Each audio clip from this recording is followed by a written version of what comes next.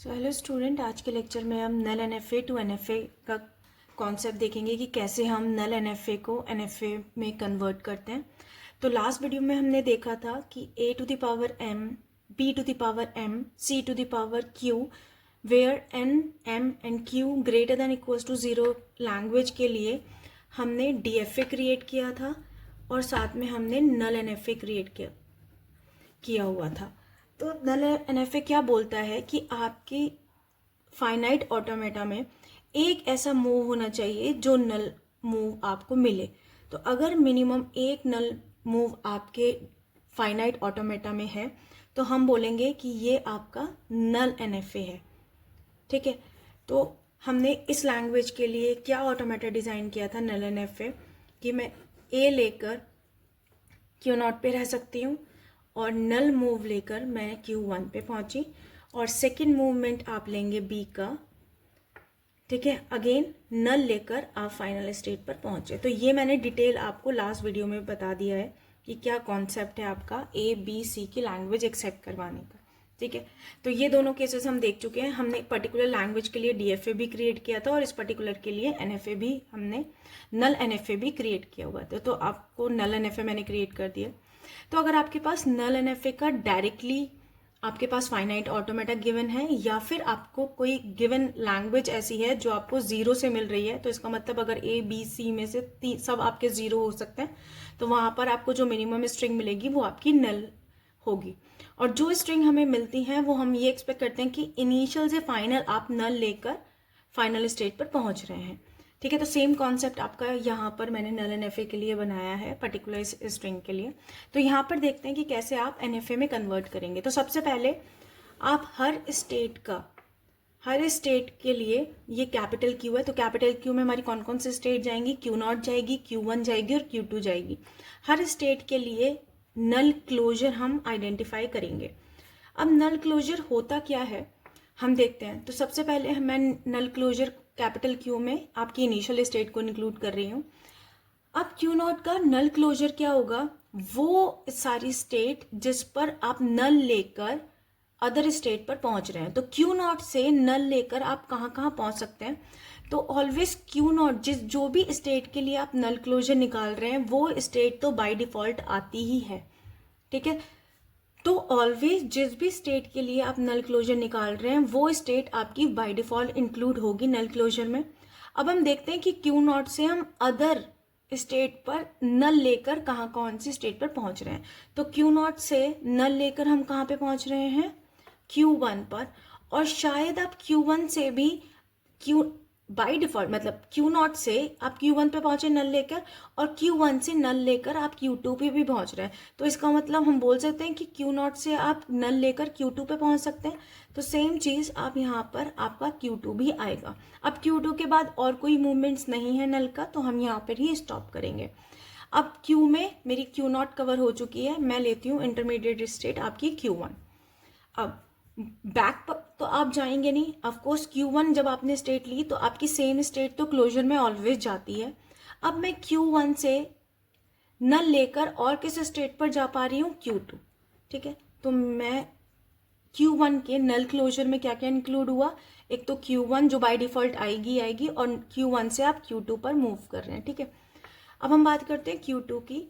Q2 के लिए Q2 तो रहेगी और आप देख सकते हैं कि Q2 आगे कहीं फर्दर नहीं जा रही, तो हम यहीं पर स्टॉप करेंगे।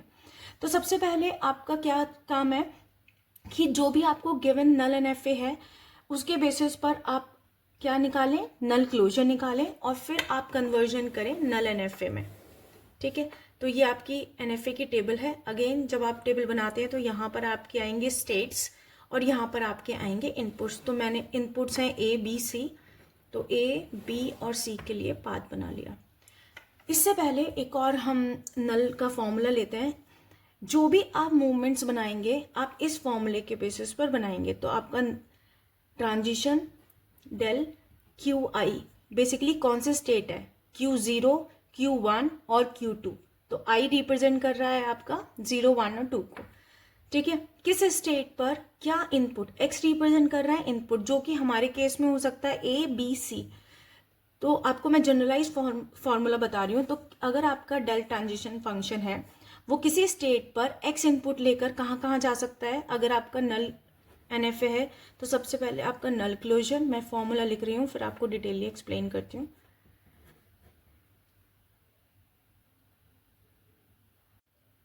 तो ये आपका कंप्लीट फॉर्मूला है कि कौन से मूव्स आपको दिखाने हैं। तो सबसे पहले QI जो कि हमारे केस में है Q0, Q1 और Q2, और X है इनपुट रिप्रेजेंट कर रहा है, और हमारे केस में है A हो सकता है, B हो सकता है, C हो सकता है। तो अगर मुझे मूवमेंट्स किसी पर्टिकुलर QI और X के लिए दिखाना है तो उसके लिए सबसे पहले जो भी मेरी स्टेट है XI की, उसके लिए मैं सारे क्लोजर मेंशन करूंगी। ठीक है, अगर मैं बात कर रही हूँ Q0 की, तो Q0 में मेरे कौन कौन से क्लोजर हैं पहले मैं यहाँ पर ओपन करूंगी, उसके बाद मैं मूवमेंट देखूंगी X का। ठीक है, पहले मैं ये देखूंगी कि फ्री में मैं कहाँ कहाँ तक मूव ले रही पा रही हूँ, किसी भी पर्टिकुलर स्टेट से नल लेके मैं कहाँ फ्री में जा पा रही हूँ, और उसके बाद मैं क्या इनपुट लेकर कहाँ पर जाऊंगी। तो फॉर एग्जाम्पल हम स्टार्ट करते हैं यहाँ पर Q0 से। ठीक है, तो आपको जो मूवमेंट्स निकालना है वो निकालना है कि Q0 पर A के लिए आप क्या कर रहे हैं। तो आपके लिए यहाँ पर क्या है, Q0 और A के लिए मूवमेंट। तो सबसे पहले नल क्लोजर, आप ये वाला नल क्लोजर सबसे लास्ट में निकालेंगे। तो सबसे पहले मैं क्या चेक करूंगी, डेल मेरा ट्रांजिशन फंक्शन, कि कौन सा नल क्लोजर होगा QI के लिए, और QI मेरे लिए है अब Q0। ठीक है, तो Q0 में मेरे नल क्लोजर कौन कौन से हैं, Q0 है, Q1 है और Q2 है। ठीक है, Q0, Q1 और Q2, इसके लिए मुझे X के मूवमेंट्स देखने हैं, राइट। तो इसको मैं अगर एक्सप्लेन करूं इस तरह, तो नल क्लोजर आपका क्लास होगा। अब मुझे मूवमेंट देखना है कि Q0 पर X का मूवमेंट, अब मेरे लिए X क्या है, सॉरी A। ठीक है, तो यहाँ पर हम मेंशन करेंगे A। तो सबसे पहले आपका आएगा नल Q0 A से आपको क्या मूवमेंट मिल रहा है, यूनियन डेल Q1 स्टेट पर आपको A लेकर आप कहाँ मूव कर रहे हैं, यूनियन डेल Q2 लेकर आप A से कहाँ मूव ले रहे हैं। ठीक है, तो क्या कर रहे हैं आप, सबसे पहले आपने सबसे पहले जिस भी स्टेट आपने मूवमेंट निकाल रहे हैं उस स्टेट का सारे नल क्लोजर आपने लिखे। तो मेरे लिए अभी मैं Q0 पर हूं, तो Q0 में मैंने जितने भी क्लोजर आ रहे हैं वो मैं यहाँ पे लिखे, और फिर आपने देखा कि आपने Q0 पर A के लिए कौन सा मूव लिया, Q1 से A के लिए क्या मूव लिया, और Q2 से क्या आपने A के लिए मूव लिया। ठीक है, ये मेरा आउटर है नल क्लोजर। अब आप अपने डायग्राम में देखिए कि Q0 पर A के लिए कहाँ पर आप आ रहे हैं, Q0 पर ही आ रहे हैं। ठीक है, यूनियन, क्या Q1 पर A के लिए कोई पाथ है, नहीं, तो आप यहाँ पे लिखेंगे फाई। यूनियन, क्या Q2 पर A के लिए कोई पाथ है, नहीं, फाई। तो आप एट लास्ट आपको क्या मिला, नल क्लोजर Q0। ठीक है, तो अब आपको किसका नल क्लोजर, जो फाइनल आंसर जाएगा वो नल क्लोजर के किसका जाएगा, Q0 का। तो और Q0 में क्या क्या नल क्लोजर है, Q0, Q1 और Q2। तो आप जब यहाँ पर मूवमेंट लिखेंगे तो क्या क्या A का मूवमेंट आएगा, Q0, Q1 और Q2। अच्छा, इससे आप अंडरस्टैंड कर पा रहे होंगे क्योंकि हम कन्वर्जन कर रहे हैं NFA के लिए। तो NFA हमारा ऐसे हो सकता है कि Q0 पर आप A के लिए मोर देन वन स्टेट पर जाएं। ठीक है, तो ये वैलिड NFA है। अब हम बात करते हैं Q0 B के लिए, तो मैं आपको यहीं पर एक्सप्लेन कर रही हूँ। तो अब मुझे निकालना है Q0 B के लिए पाथ, तो थोड़ा मैं डायरेक्ट करूंगी। तो सबसे पहले आप क्या करते हैं कि Q0 का आप नल क्लोजर देखेंगे, और नल क्लोजर अगेन क्या क्या है, Q0, Q1 और Q2। अब इसके लिए आप ट्रांजिशन फंक्शन किसके लिए देखेंगे, B के लिए। यहाँ पर अब आपका B है, तो आप देखेंगे कि Q0 पर आपके लिए B के लिए कोई पाथ नहीं है, तो फाई आएगा। Q1 B के लिए आपका क्या पाथ है, आप Q1 पे ही आ रहे हैं, और Q2 पर B का कोई भी पाथ नहीं है, फाई। तो अगेन आपको क्या स्टेट मिली, सिर्फ Q1, और एट लास्ट आपको जो Q1 स्टेट मिल रही है उसको आपको उसका क्या लेना है, आपको नल क्लोजर। और Q1 का नल क्लोजर क्या है, Q1 और Q2। तो आप यहाँ पर डायरेक्टली लिखेंगे Q1 एंड Q2। ठीक है, अब हम करते हैं Q0 C पर। तो Q0 C पर अगेन आप चेक करें, अगेन मैं Q0 का नल क्लोजर ले रही हूँ, क्यू नॉट का पाथ ले रही हूँ तो सबसे पहले मैं जो नल क्लोजर लिखने हैं जो है आपके क्यू नॉट, क्यू वन और क्यू टू, और मैं अब जो पाथ ले रही हूँ वो सी के लिए ले रही हूँ। ठीक है, तो आई थिंक आपको पता चल रहा होगा कि क्यू नॉट पर सी का कोई भी पाथ नहीं है तो मुझे 5 मिला, क्यू वन पर सी का कोई भी पाथ नहीं है 5 मिला, बट क्यू टू पर सी के लिए पाथ है जो आपका क्यू टू ही आ रहा है। तो एट लास्ट मुझे क्यू टू मिला, उसका भी मुझे क्या लेना है, नल क्लोजर, और क्यू टू का नल क्लोजर क्या है, क्यू टू ही है। ठीक है, तो यहाँ ये आपका कंप्लीट हुआ। अब जो नेक्स्ट स्टेट है वो आपकी है Q1। ठीक है, अब मैं जो मूव निकाल रही हूँ वो Q1A के लिए निकाल रही हूँ, Q1A के लिए। तो Q1A नल क्लोजर, और नल क्लोजर में आप क्या लेंगे, Q1 का नल क्लोजर सबसे पहले। तो Q1 के नल क्लोजर में 2 वैल्यूज है, Q1 और Q2, और मुझे उस पर किसके लिए पाथ देखना है, A के लिए। तो देखो Q1 पर A के लिए पाथ नहीं है और Q2 पर भी A के लिए पाथ नहीं है, तो आपका आया 5। तो अगेन Q1 पे A के लिए कोई पाथ नहीं है तो आपका 5 आ सकता है या आप नल पे छोड़ सकते हैं, जो कि अगेन एक वैलिड NFA है, क्योंकि ऐसा हो सकता है कि किसी स्टेट पर किसी पर्टिकुलर इनपुट के लिए कोई भी पाथ ना हो। अब हम बात करते हैं Q1B के लिए। अगेन नल क्लोजर, और अगेन आपको पता है कि Q1 में आपका क्या आएगा, Q1 और Q2, और अब मुझे देखना है B के लिए पाथ।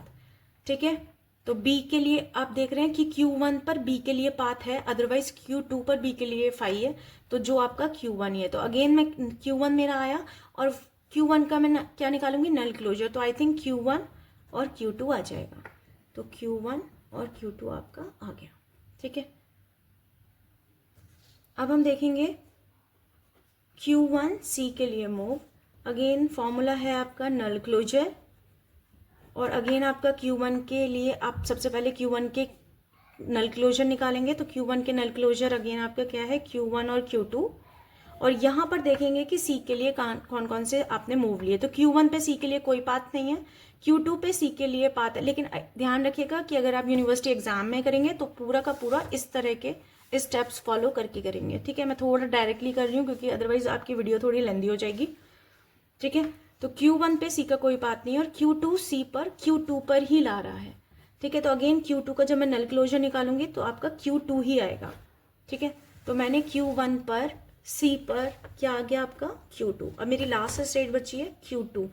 तो Q2 यहाँ पर Q2 A के लिए आप मूवमेंट निकालेंगे तो सबसे पहले जो नल क्लोजर आप लेंगे वो Q2 का लेंगे, और Q2 पे शायद Q2 ही है, और आप देखेंगे कि आपको पाथ जो है A पर है ही नहीं, तो 5 आपका आ जाएगा। सेम चीज Q2 का जब आप क्लोजर देखेंगे तो Q2 ही आएगा। अगेन Q2 पे B का कोई पाथ नहीं है, ठीक है, तो भी आपका 5 आ जाएगा। और जब आप Q2 पर C के लिए पाथ निकालेंगे तो आप कहाँ पर आएंगे, Q2 पर ही आएंगे। ठीक है, तो ये आपका कंप्लीट NFA टेबल बनी है जो आपने नल NFA से कन्वर्ट करी है, जो एक वैलिड NFA है, क्योंकि NFA आपके किसी पर्टिकुलर इनपुट के लिए मोर देन 1 पाथ भी हो सकते हैं।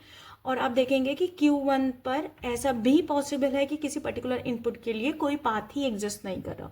और आप ये भी देखेंगे कि इस पूरी कंप्लीट टेबल में कहीं भी नल मूव्स नहीं आ रहे। तो ये कंप्लीट एग्जाम्पल है जहां पर आपने ये पर्टिकुलर फाइनाइट ऑटोमेटा के लिए और नल NFA के लिए आपने जो कन्वर्ट करी है टेबल, वो है आपकी NFA की। Thank you.